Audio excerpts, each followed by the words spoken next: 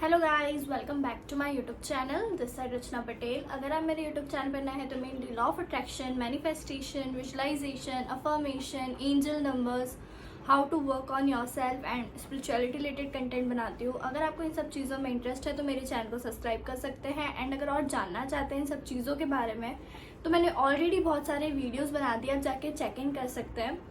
Basically आज का जो मैं वीडियो लेके आई हूँ वो जो मेरा लास्ट वीडियो था द क्वांटम यू, उसके बाद जो मैं आपको नेक्स्ट बताने वाली थी क्वांटम सरप्राइजेस के बारे में, उसके ऊपर लेके आई हूँ। बेसिकली ये सीरीज सारी साइंस के ऊपर चल रही है। लॉ ऑफ अट्रैक्शन कैसे काम करता है, उसके पीछे का साइंस क्या है, मैनिफेस्टेशन क्या काम करता है, उसके पीछे का साइंस क्या है, उसकी वर्किंग चल कैसे रही है, मतलब वो हो कैसे रही है, सारी चीज़ें तो वो मैं बता रही हूँ जो मैं खुद इस बुक में से पढ़ रही हूँ, breaking the habit of being yourself by doctor Joe Dispenza. मतलब मुझे इनकी चीज़ें बहुत पसंद है क्योंकि ये सारी चीज़ों को बहुत अच्छे से साइंटिफिक वे में सारी चीज़ें क्लियर करते हैं। अपनी ब्रेन की फंक्शनिंग, बॉडी की फंक्शनिंग, सारी चीज़ें बहुत अच्छे से क्लियर करते हैं।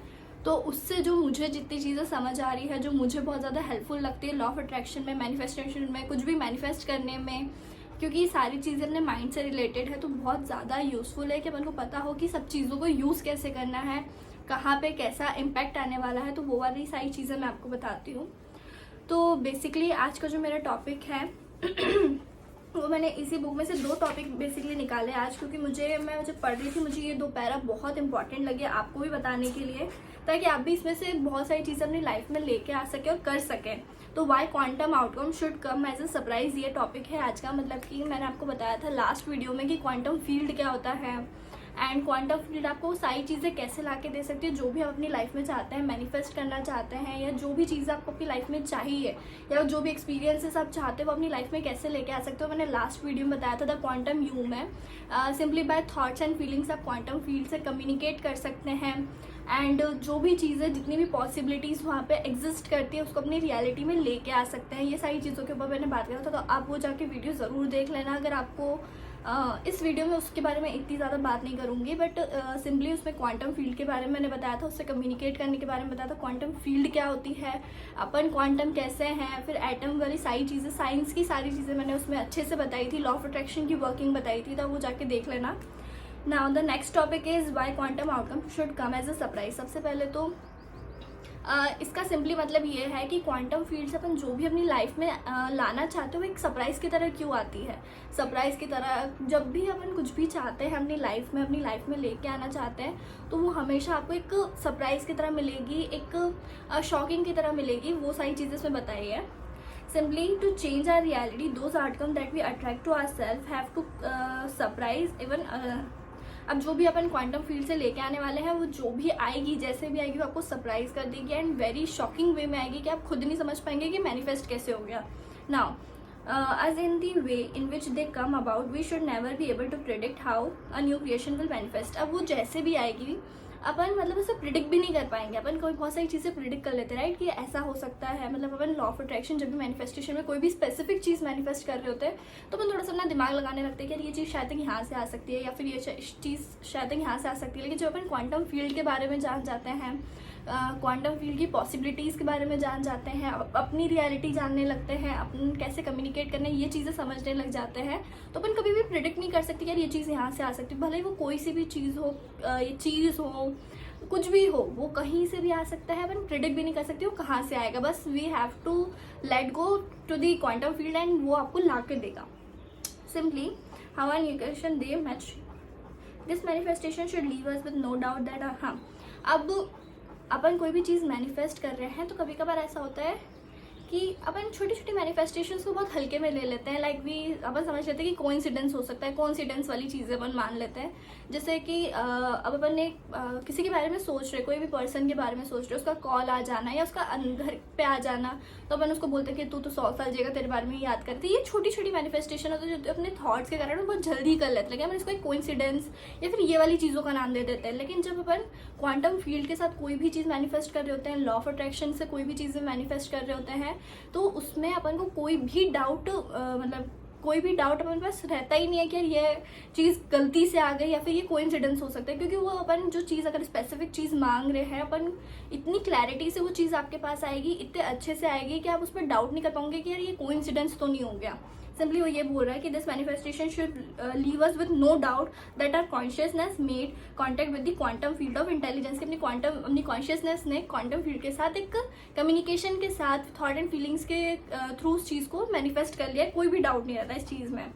तो अगर एक बार अपन ये चीज़ कर लेते हैं कि अपनी क्वांटम फील्ड से अपन कम्युनिकेट करने लगे, उस पॉसिबिलिटीज़ उस रियलिटी से अपन अपनी चीज़ें मैनिफेस्ट करने लगे, तो ये अपने लिए और ज़्यादा आसान हो जाता है चीज़ों को अपनी लाइफ में लेके आना, क्योंकि अपन और इंस्पायर्ड हो जाते हैं और हैप्पी हो जाते हैं और जॉयफुल हो जाते हैं कि वाओ अपन ने एक चीज़ कर ली, तो अपने पास बिलीफ सिस्टम बन जाता है। वी आर अपन एक अपने आप को स्ट्रॉन्ग मान लेते हैं कि और चीज़ अपन ला सकते हैं अपनी लाइफ में। तो ये प्रोसेस और क्रिएटिव प्रोसेस हो जाती है और जॉयफुल प्रोसेस हो जाती है कि अपन जो चाहे वो अपनी लाइफ में ला सकते हैं, जो एक्सपीरियंस करना चाहे वो अपनी लाइफ में एक्सपीरियंस कर सकते हैं। अब वो बोल रहा है why should you want a quantum surprise. अब वो ये डॉक्टर जो डिस्पेंसर बोल रहे हैं कि तुम्हें क्वांटम सरप्राइजेस क्यों चाहिए।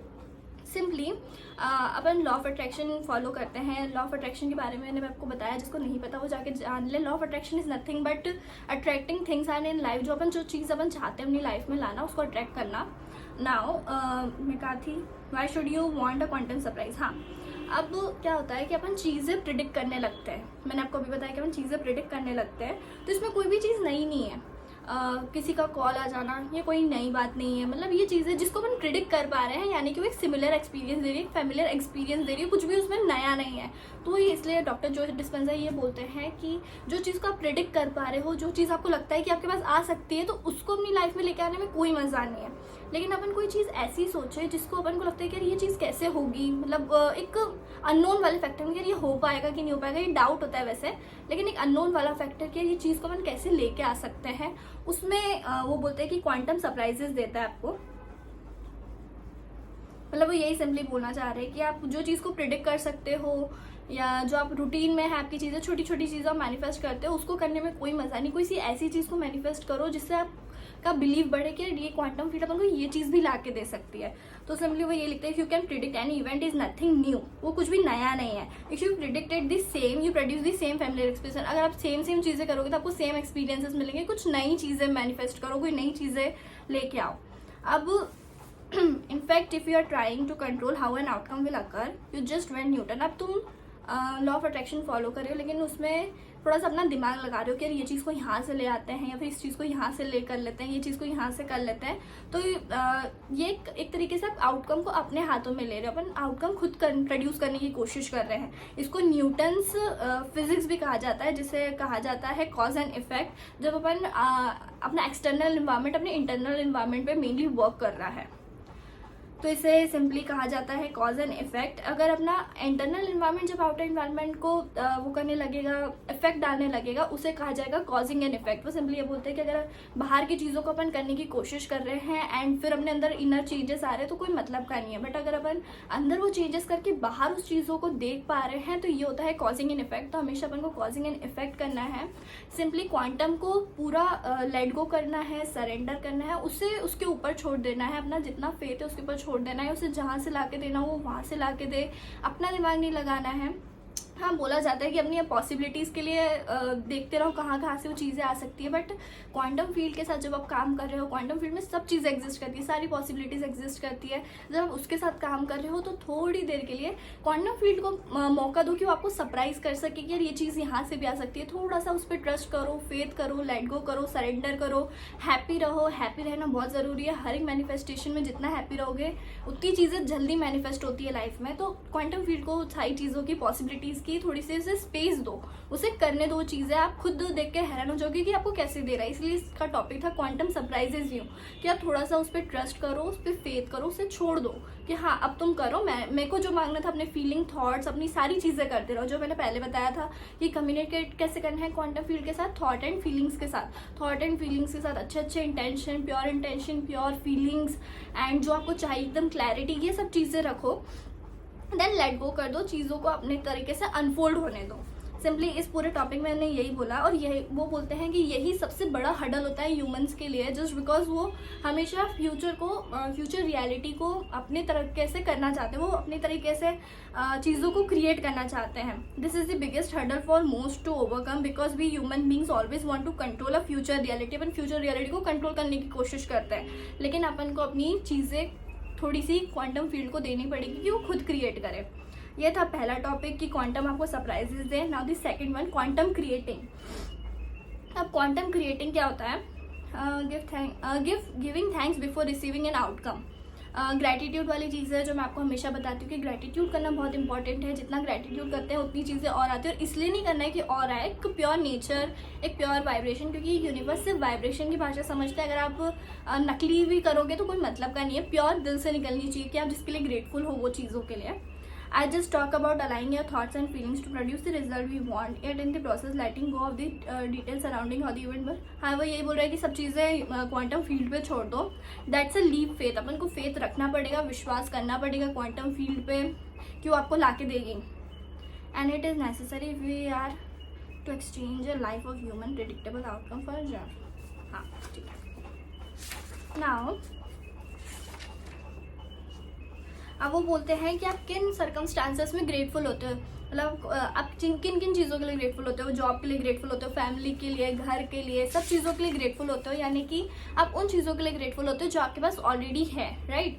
यानी कि आपके पास, अपन को हमेशा से ये चीज़ सिखाई गई है, जब वो चीज़ आ जाए, मतलब कोई भी चीज़ अगर आपको देखते हैं तो उससे आपको खुशी मिलती है। ये चीज़ हमेशा अपन को सिखाई गई है। वो यही बोल रहे हैं कि अपन को कंडीशनिंग ऐसी करी गई है कि रीज़न होने चाहिए खुश होने के लिए, मोटिवेट होने के लिए, ग्रेटिट्यूड करने के लिए। तो अपना ग्रेटिट्यूड वाली भी ये चीज़ है कि जब अपने पास कोई चीज़ होती है तो अपन उसके लिए ग्रेटफुल महसूस करते हैं। तो वो ये कहना चाह रहे हैं कि कोई चीज़ अभी अपने पास नहीं है, अगर अपन उसके लिए पहले से ग्रेटिट्यूड करना स्टार्ट कर दे, ग्रेटफुल होना स्टार्ट कर दे, उस फीलिंग को एंजॉय करना स्टार्ट कर दे, तो वो अपनी लाइफ में और इजीली चीज़ें आना स्टार्ट हो जाएगी। जस्ट बिकॉज आवर अपब्रिंगिंग की जो चीज़ें अपने पास होती है अपन उसके लिए ग्रेटफुल होते हैं, या फिर जो भी चीज़ें बाहर से दी जाती है फिर अपन खुश होते हैं। तो ये चीज़ें नहीं करनी है। बाहर से आए उससे पहले ही अपन को इनर वाले स्टेट को ऐसे करना है कि वो चीज़ आउटर रियलिटी में दिखने लगे। पहले ही खुश हो जाओ कोई भी चीज़ आने से पहले। आपको बस इतना यकीन होना चाहिए कि वो चीज़ आपके पास आने वाली है, क्वांटम फील्ड आपको देने वाली है। You have to be very thankful and at joy वाली स्टेट पे कि आपको इतना खुश होना है, एंड वो चीज़ें आपको आपके आउटर इन्वायरमेंट में दिखने लगेगी। ऐसा नहीं कि वो दिखेगी नहीं एकदम से, बट छोटी छोटी जो सिंक्रोनिसिटीज बोलते हैं वो चीज़ें आपको दिखने लगेगी अपने आउटर इन्वायरमेंट में जो आपको मिल रही है। तो ये बोल रहे in terms of quantum creating, give thanks for something that exist as a potential in quantum field. वो सब चीज़ें एग्जिस्ट करती है, बस आपको आपके पास लेके आनी, उसके लिए आपके थॉट्स एंड फीलिंग्स कम्युनिकेट करेंगे, उस तरीके से रहना।